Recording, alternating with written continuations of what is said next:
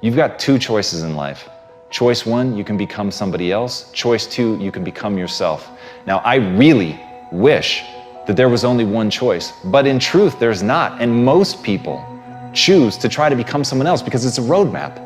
It's points in a direction. You see someone, you respond to something, you admire them, you want to be like them. And in that process, you've made your decision. In that process, you've decided to become somebody else. You have mistaken the finger for the moon. Instead, you need to understand that being inspired by somebody does not mean to become that person, to become that which inspires you. It is to understand fundamentally, what is it about that thing that excites you? What is it? What is its essence?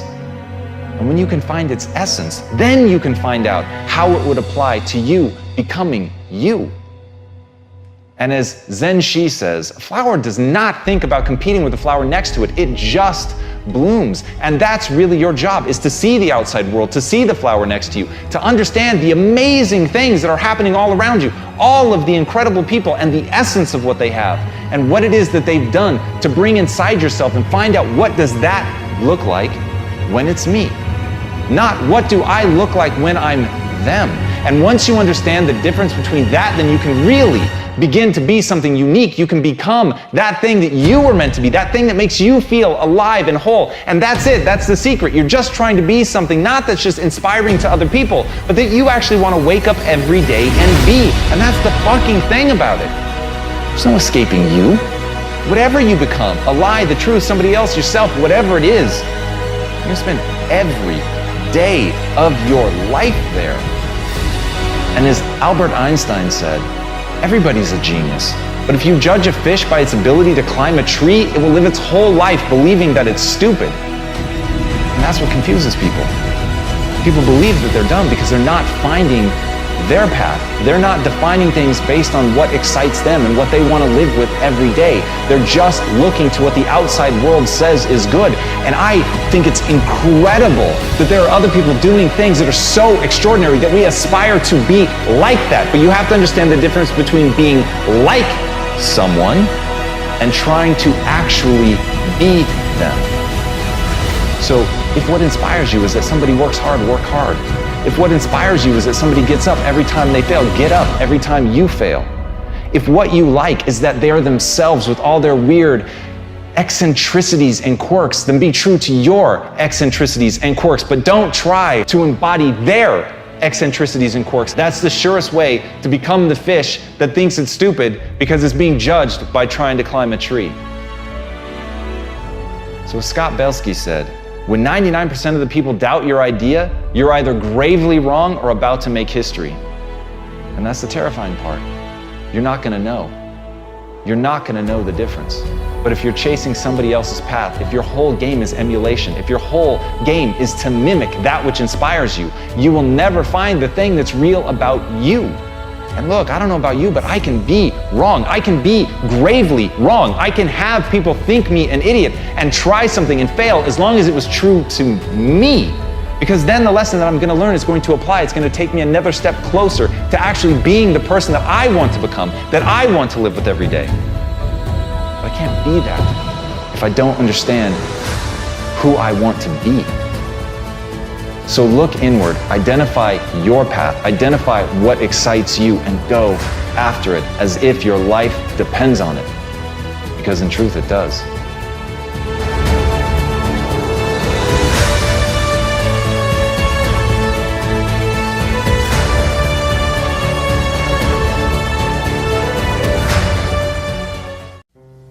And many people go through life never getting in touch with their greatness because of the lack of motivation to push themselves, or because they have not found something that they believe to be worthwhile to challenge them. That many talented persons have gone unnoticed, and the world never had a chance to be exposed to their talent because that person did not take the time to begin to express or to demonstrate or to motivate themselves in the direction to bring that which they came into the universe to bring.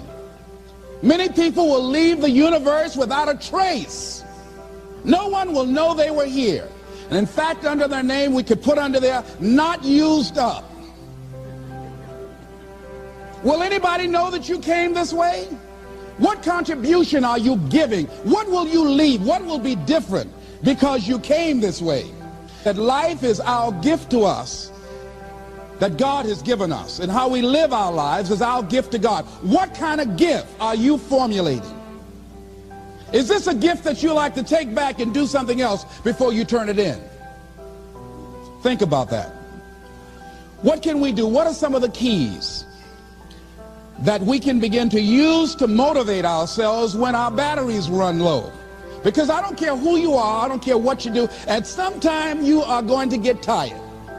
At some time you're going to get in a rut, seem like nothing you do works out right. And sometimes it just seems like you just don't have the wherewithal or the will to do anything. That sometimes you act like you're punch drunk. You're just wading through life, just doing time day in and day out, looking at non-discriminatory television, anything that's on, just looking. And depressed, feeling powerless, feeling useless, and bored. What do you do? How do you get yourself out of a rut? How do you, when you know you can do more than what you've been doing and you're not doing it and you're discontent with where you are, you get angry at yourself. How do you get out of that rut? How do you motivate yourself? One of the things that we must do is that we must be involved in working on achieving self-mastery. You must work on yourself continuously. Never be satisfied with yourself. Always know that as you invest the effort and time on you, that's the greatest ability that human beings have above animals. See, a dog can't be anything but a dog. Tree can't be anything but a tree. Human being, you've got unlimited potential. You can put effort on you, and by concentrating on you and developing you, you can transform your life wherever you are right now. So you want to work on yourself. You want to read books that inspire you and motivate you. You want to listen to tapes over and over and over again. And I suggest that you listen to tapes when you first get up in the morning. You want to control the spirit of your day. When you first wake up in the morning, your mind is operating at 10.5 wave cycles per second. That's when the subconscious mind is most impressionable. Whatever you hear in the first 20 minutes when you wake up, that will affect the spirit of your day. When you listen to tapes, listen with relaxed belief, believing that this can happen for you. And by listening to them, listen to them over and over and over again, and you will get a breakthrough. You can listen to the same tape for months, and all of a sudden you hear something you never heard before. It'll have a special meaning for you. Or read the same book over again, and you find some special insight. You said, I can't believe I didn't see that the first time. So you want to be involved in developing yourself. Most people won't do that. Most people won't take that kind of effort and invest that kind of energy in themselves, because they will fall prey to that conversation within. Oh, don't do that. You don't have time. You're too busy. You're too caught up in the rat race. Most people won't do that. Well, they won't take time to go to lectures. They won't take time to go to seminars. They won't take time to go to classes to improve themselves. And as you continue to work on yourself, you will begin to expand your vision of yourself. You begin to work towards self-mastery. And you will begin to see it reflect itself in all the dimensions of your life, your mental life, your physical life, your social life, in your relationships, your monetary life. So concentrate on developing yourself. Because if you don't, I guarantee you that you will make a settlement. And most people have. And most of us already have. What kind of settlement have you made with your life? Many of us are making an in-life settlement. We're settling for less than what we actually deserve. We don't feel good about it, but we make it work in our minds. We'll come up with some kind of excuse to make it all right. What kind of settlement have you made with your life? Many of us settle for less than what we want out of relationships because we don't have the courage to change them. The next thing is, in order to begin to find some keys to self-motivation to drive yourself, in addition to working on yourself, and as you work on yourself, you feel good about yourself, and as you feel better about yourself, you treat yourself differently. Develop a health plan. See, you can't feel well and do well if you don't have good health. You can't perform if you don't have your health. Your health is valuable. Develop a health plan. A plan that you will follow, because this is the only vehicle that you have to carry you through this experience called life. And you want to take good care of it because you love you enough. You care enough about you. And that's not easy. It is not easy having a health plan and sticking to it. But you're worth it doing it again and again and again. Next thing is, as you take care of yourself, the next key is keys to motivation, to self-motivation. You want to live life with energy and passion. You want to make a conscious effort to be lively. See, in life, you either saying hello or goodbye. You either on the way or in the way. You want to be happy. You got a lot to be thankful for. But you watch some of the faces around you every day. And I tell you, some of these faces, they will put you in a depressed state of mind. So you want to avoid these kind of faces. When you see them coming, turn your head. The things that you say to yourself, you want to watch them, and in watching them, you want to take charge. So you've got to learn to stand up to yourself inside yourself and short circuit, override that conversation that's always going on. 85% of what that conversation will tell you is negative. It's negative. It will tell you you're tired when you really are not tired. It will tell you you can't do it. It will fill you with fear. So you've got to watch that conversation. And when you find it going on, you've got to stand up to it and say, I'm going to do this anyhow. I'm afraid, but I'm afraid not to do it. And I'm not going to let you stop me. The biggest challenge that you will have in life is you. There's an old African proverb that says, if there's no enemy within, the enemy outside can do us no harm. The next thing that is a key to self-motivation is that you've got to ask yourself, what do I want out of life? What do you want out of life? What do you want out of a job? What do you want out of a career? What do you want out of a relationship? What do you want? What gives you your life? How will you know when you got it? What will make you happy? You need to know. You need to start asking yourself some questions. What do I really, really, truly want? You need to be exact about that. Don't be vague. Oh, I just want to be happy. That's too vague. What will make you happy? How will you know when you got it? Zero in on it. Be exact. Be specific. And as you do that, that will stimulate that superconscious mind, or the reticular activating system of your mind, that will begin to find those things, to identify with it. And once you begin to determine that which you want, take the time to write it down. Don't just think about it. Write it down. That is a subjective process that engages the subconscious mind. Write it down. Once you write it down, read it 3 times a day, morning, noon, and night. Why is that important? Because what it will do, it will cause you to focus. It will cause you to concentrate. When that other conversation is going on telling you what you cannot do, telling you all of the impossibilities and all of the obstacles, your concentrating will begin to create a larger vision within yourself, and you'll start looking for and seeing some new opportunities. You start creating some openings for yourself. As you begin to read that every day, day in and day out, that will make you focus. That will discipline your thinking.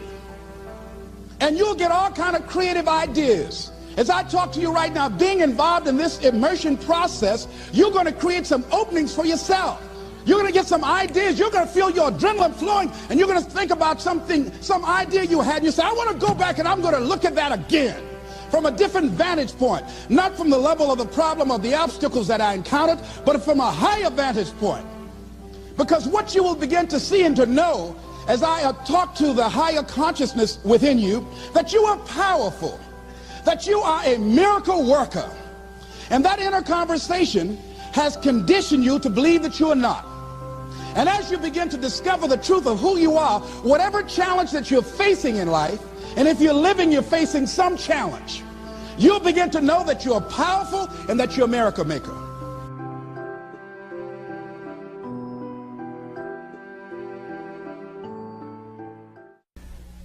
let's look at how we can begin to keep our commitments. Remembering what Dr. Robert Anthony said about results. When you keep your commitments, you're able to produce some different kinds of results in your life. So how can we keep our commitments? And do we keep all commitments? No, we don't. You will not be at 100%. However, you will have a greater percentage rate of maintaining your commitments to yourself, whatever those things might be. If it's going into business, if it's changing a habit that you know that works against you, if it's overcoming self-destructive behavior, if it's retraining your thinking, if it's reinventing yourself, if it's trying to begin to design your relationship differently, all of us have the possibility, by focusing and really harnessing our attention and concentrating on it, we really have available to us the power to honor our commitments in those particular areas. So number one, make it priority. See, no one would go get on an airplane if you thought your chances of getting there to your destination were as good as your luggage. Am I correct? See, and I say the reason that you will reach your destination more times than your luggage will is because the airline, and I'm glad that they do, has made it a priority to move the human beings from one point to the other safely. Not send you off to Boston or someplace with your luggage. So I'm not really upset when my luggage doesn't show up. I'm glad they delivered me, because they've made me a priority. See, they have made delivering you to your destination important. So if you want to honor your commitment, whatever you decide that you're going to do, make sure you make it important. Make sure it is priority. Keep it before you.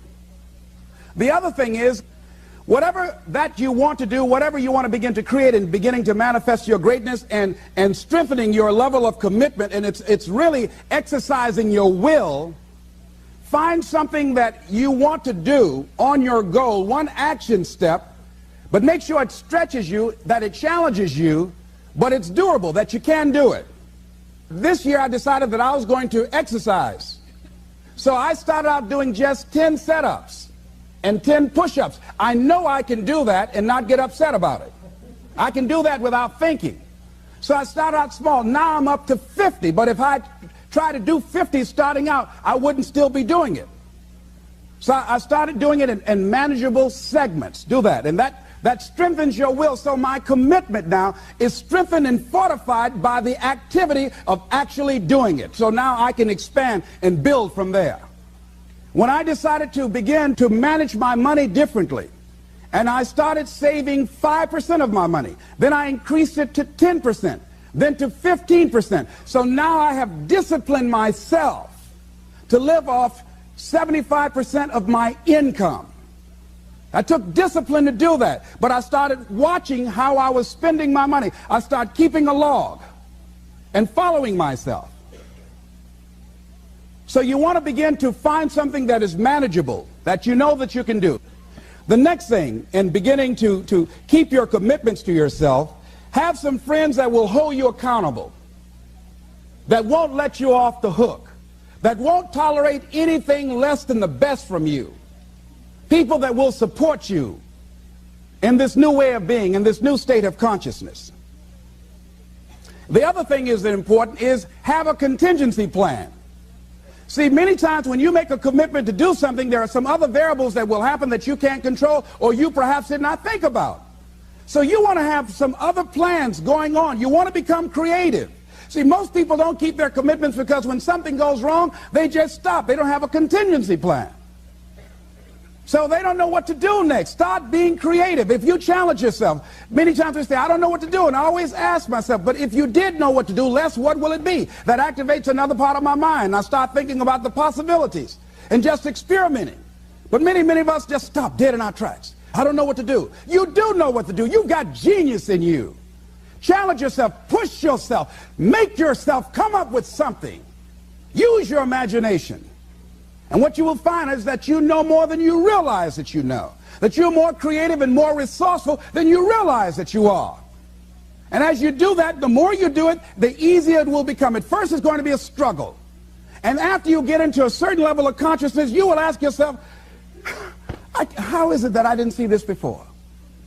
At the level that I'm managing my business now, they say consciousness is what we are. I literally look at myself and say, how is it that I didn't do this before? Why is it that I couldn't see this before? And the reason that I didn't see it before, because I didn't challenge myself. I didn't put myself out here. See, the reason that most of us go through life never discovering our true greatness, literally walking, breathing corpses, the uncommitted life isn't worth living. Why? Because it doesn't produce anything. See, you only make things happen. Your life only counts. You only make a difference when you are committed. When you make a commitment with your life. That's the people that make a commitment with their lives. The people that make a commitment to their customers. The people that make a commitment to their families, to their relationships, are the people that make the greatest impact in life.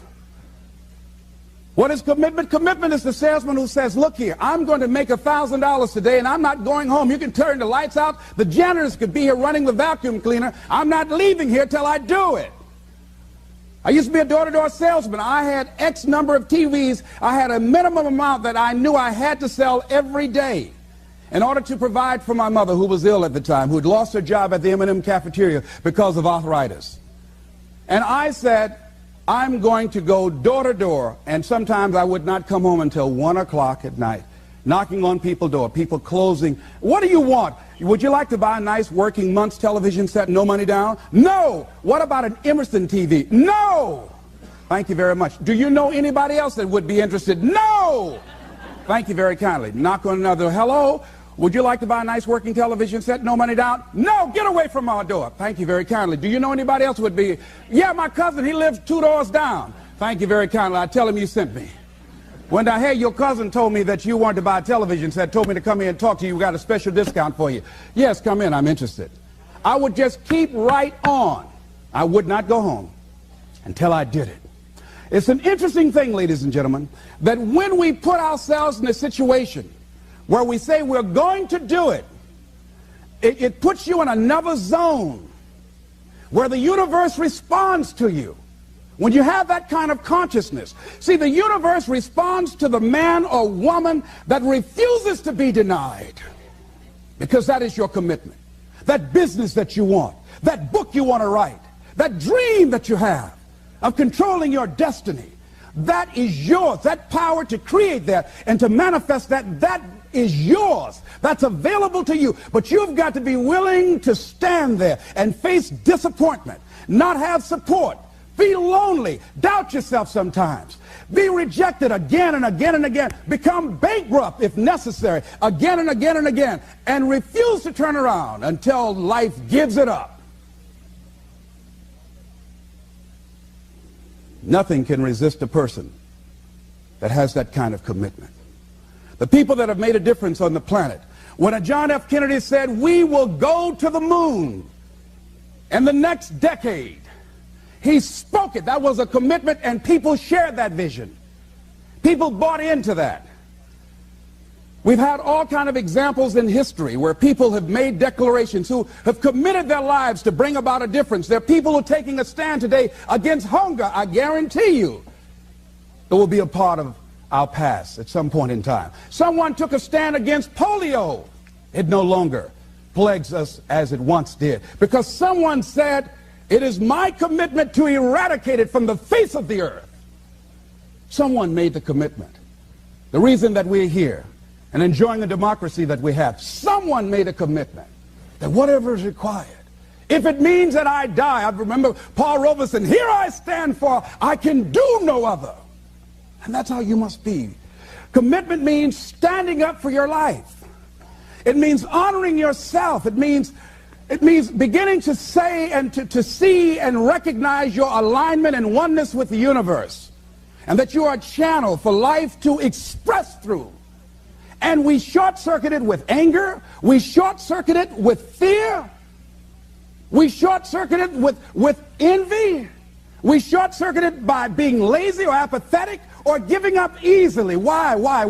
We say, oh, it's too hard, it's too hard. We don't challenge our spirit. Ladies and gentlemen, there's nothing as powerful as the human spirit. You can't destroy it. You can pervert it, but you can't destroy it. I was reading Man's Search for Meaning by Viktor Frankl. What a powerful book. I'm reading it now for the 7th time. And he gives so many graphic examples of the power of the human spirit. And so what are some of the things that can fortify us and give us the kind of inner strength that will allow us to forward ourselves into the future by manifesting our commitments? Number one, commitment means in some cases going back to school, getting some training, sitting up in classes with people younger than you, putting yourself in a position where you don't know and that is awkward and uncomfortable, but because of your commitment to develop yourself or to go back to school to get a high school diploma or to get a college degree, that it doesn't matter, feeling dumb and saying, what am I doing here, sitting up in some boring class? Commitment could mean a lot of things. It could mean that you begin to go back. You got to back up sometimes. It means to back up and not give up, to regroup, back up and regroup and come back again. Because life has waylaid you, because you got knocked down. I know when I was working on my dream, there were times I lost my house at one point. I lost my car. I was broke. My credit was bad. I was sleeping at different friends' houses on their couch or on the floor. There were times, months, that I slept on the floor of my office and got up early and dressed before my staff got there to give them the impression that I got there early before they did. And we all pretend not to know what we knew, that the boss was staying in the office. So we never talked about it. But I refuse to give up on my dream. And what happened? They say, you know, in the prosperous years, you put it in your pocket. In the lean years, you put it in your heart. It makes me appreciate it even more. Even more. I wouldn't trade it. I wouldn't trade it for anything. The disappointment, the pain that I've gone through by keeping the commitment. Keeping the commitments that you have might mean taking a stand that's unpopular.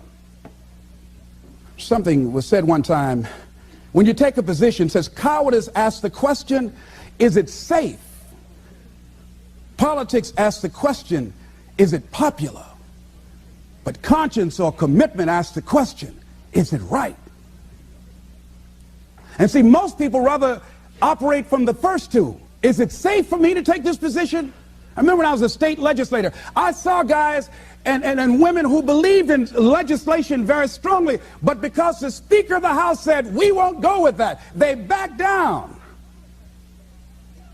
And they felt bad about it. They wouldn't take the position because they didn't want the Speaker of the House to be angry at them.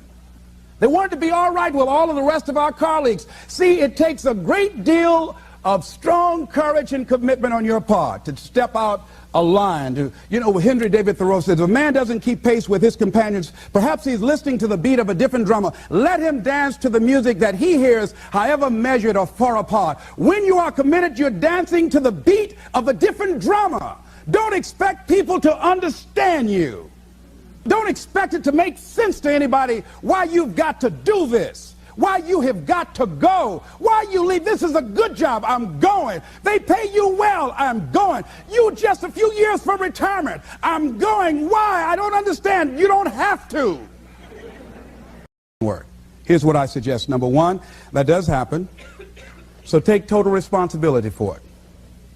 Just own it. Don't make any excuses on why you gave in or why you didn't come through. Just own it. And face the flak, whatever it is. And stand up inside yourself. Next thing is, assess the situation. How did you get here? What happened that you broke down, that you had a breakdown and you surrendered? What happened? What was going on? See, when I used to go on a diet, and I no longer do that, I've made a commitment to a healthy lifestyle. I used to eat up until 12 midnight on Sunday. anything that wasn't moving. And on Monday, I would get up and eat a fruit, light fruit breakfast, and for lunchtime, I would fix some broiled chicken and meticulously peel the skin off and eat the chicken, and then eat the skin.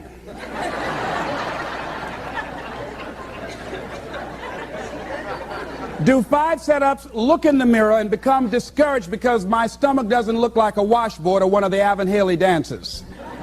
And I say, what the use? And then I go to the refrigerator and eat food cold standing right there in the refrigerator. So when I evaluated where I broke down, I realized I can't have junk food in the house. So I changed my route. I stopped taking people to lunch or to dinner because I couldn't sit there and watch them eat.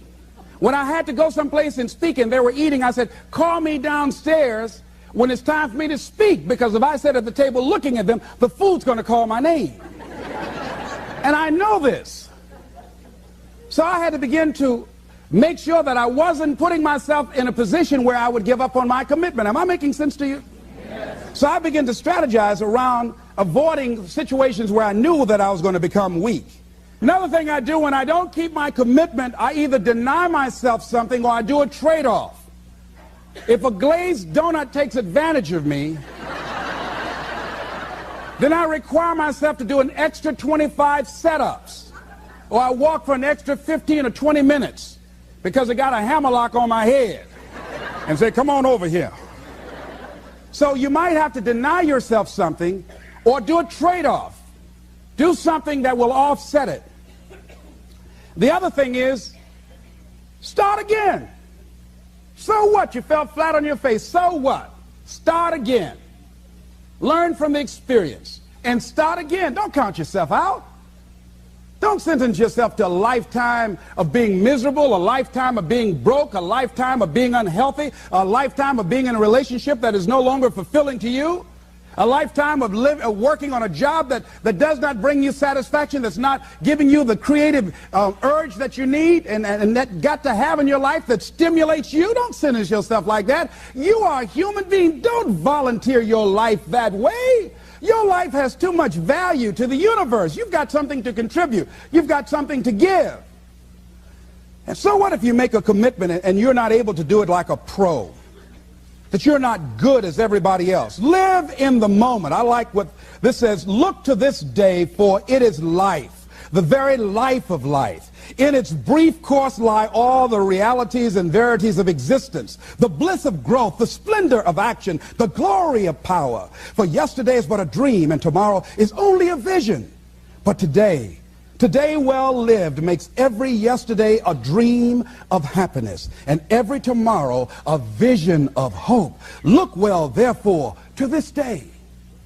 See, if we just start enjoying where we are, if we make that kind of commitment to enjoy where we are, to experience the experience of life where we are, to do all we can right now where we are. Forget about the mistakes yesterday. Forget about all your failures yesterday. Forget about what you don't have. That's not important. Only thing that we have is right now.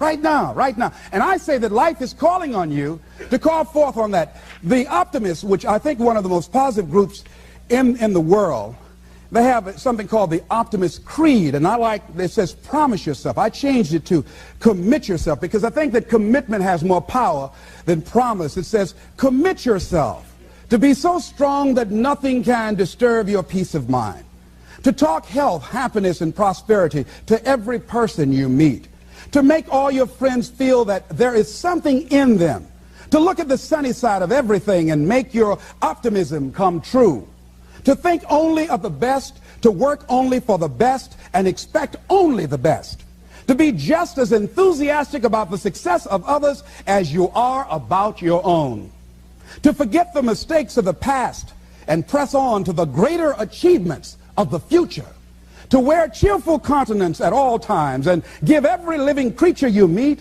a smile, to give so much time to the improvement of yourself that you have no time to criticize others, to be too large for worry, too noble for anger, too strong for fear, and too happy to permit the presence of trouble. commit yourself to these things. Isn't that powerful? What a commitment to make with your life. Commit yourself to stretch, to get outside of your comfort zone and not be concerned about what people think about you, because they're thinking it anyhow.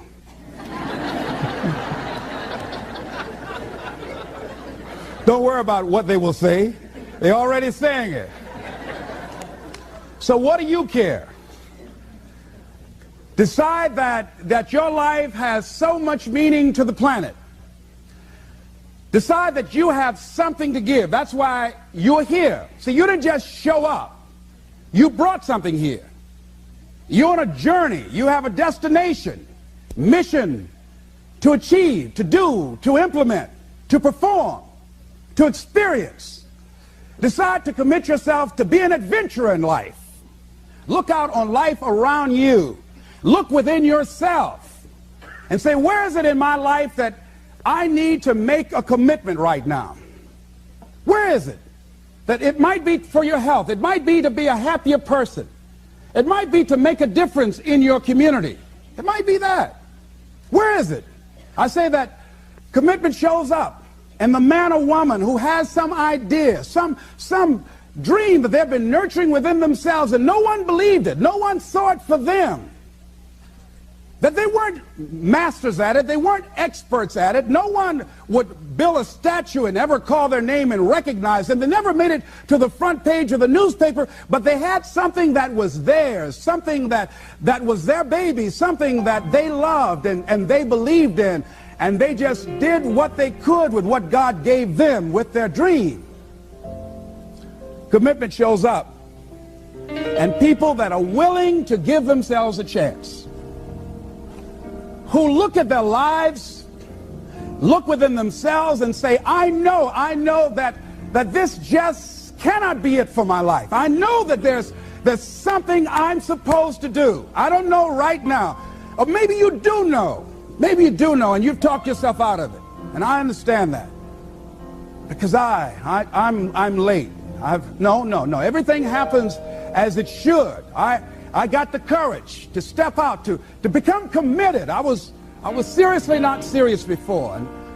And I decided, it took me some time to build up the courage to become committed because it frightened me. So I understand wrestling with it. I wish I could tell you I've been doing this for 20 years. I haven't. I'm just glad that I decided to become committed before I left here. And wherever you are, decide that you're going to commit your life now. And let it show up in your contribution. Let it show up in what you have to share. And whatever commitment that you make, honor your commitment as yourself. Honor your word as yourself. Whatever you put out there, do it with what you've got. I want to thank you very much for your consciousness. This is Mrs. Mamie Brown's baby boy, Leslie Calvin Brown, saying it's been a plum-pleasing pleasure as well as a privilege. Thank you all here.